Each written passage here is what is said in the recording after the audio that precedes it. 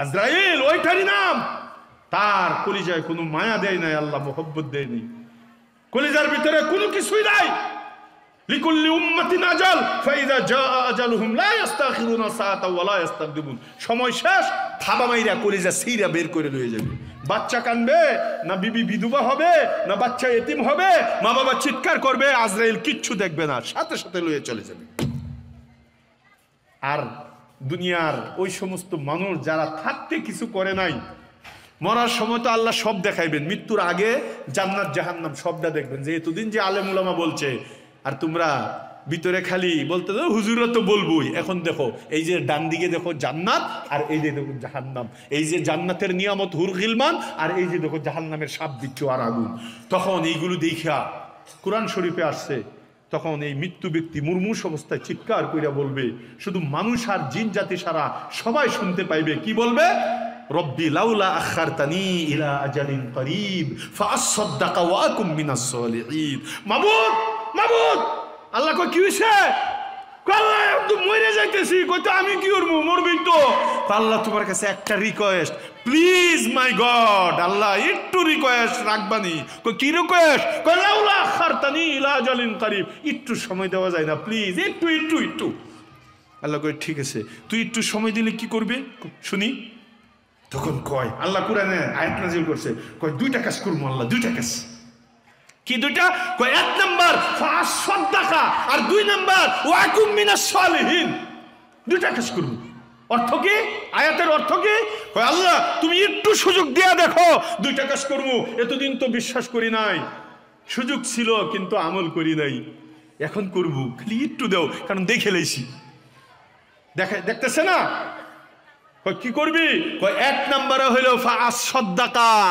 ফাআসসাদদাকা কয় আমার স্থাবর অস্থাবর টাকা পয়সা দোকানপাট যত কিছু আছে ব্যাংক ব্যালেন্স সব আল্লাহর রাস্তায় সদকা করে আসবো, সব দান করে দেবো।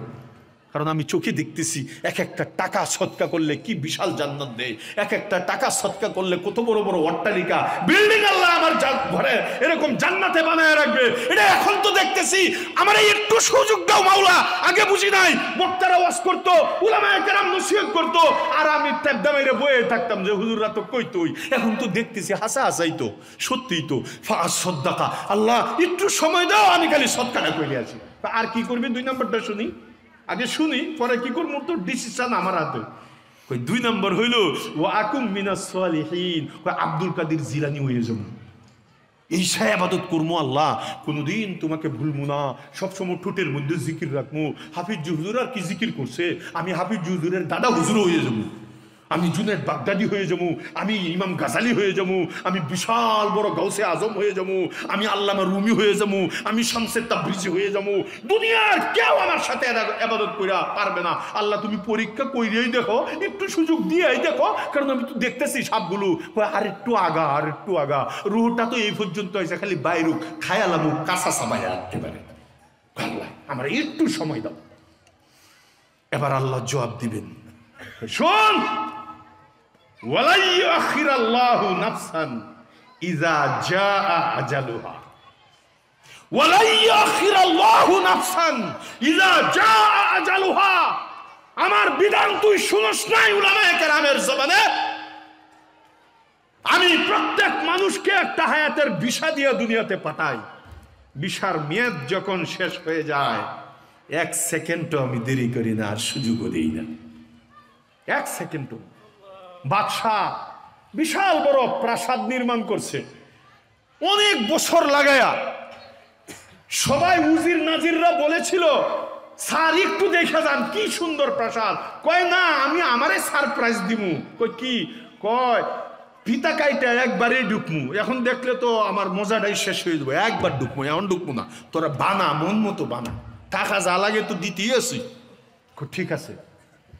যেদিন নাকি পিতা কাটার সময়, প্রাসাদ যখন নাকি প্রস্তুত হয়ে গেল, সারের জন্য সব একদম লাল নীল বাতি দিয়া সুজলা সুফলা সুন্দর এরকম ভাবে সাজানো হইল।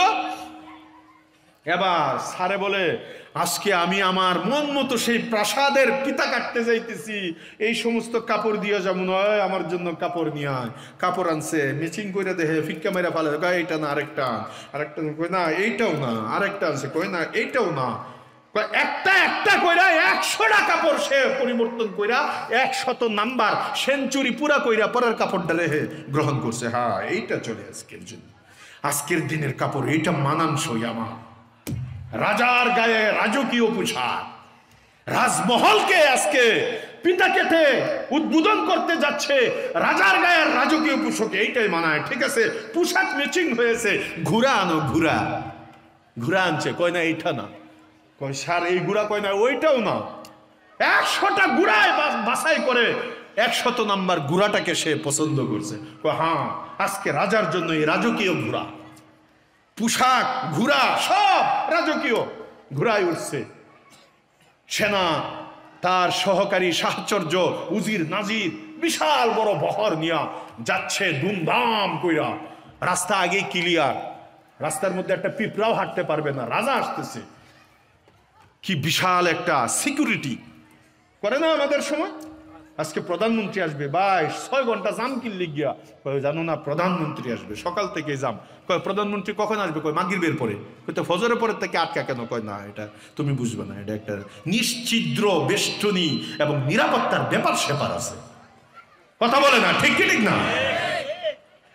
তো বাদশাহ আইতেছে, সব কিছু রাজকীয়, নেগ্রানি রাজকীয়, তার বডিগার্ড, রাস্তা পুরা ফাঁকা। এখন গটকট কটকট কইরা ঘুরা চইরা বাদশাহ আসতেছে। হঠাৎ করে দূর থেকে দেখে একটা ফকিন্নির মতো দেখা যায় রাস্তার মধ্যে দাঁড়ায় রয়েছে। কাছে কাছে যায় দেখে আসলেও একটা ভিক্ষু ফকির, শিরাবিরা কাপড়, দাঁড়ায় রয়েছে।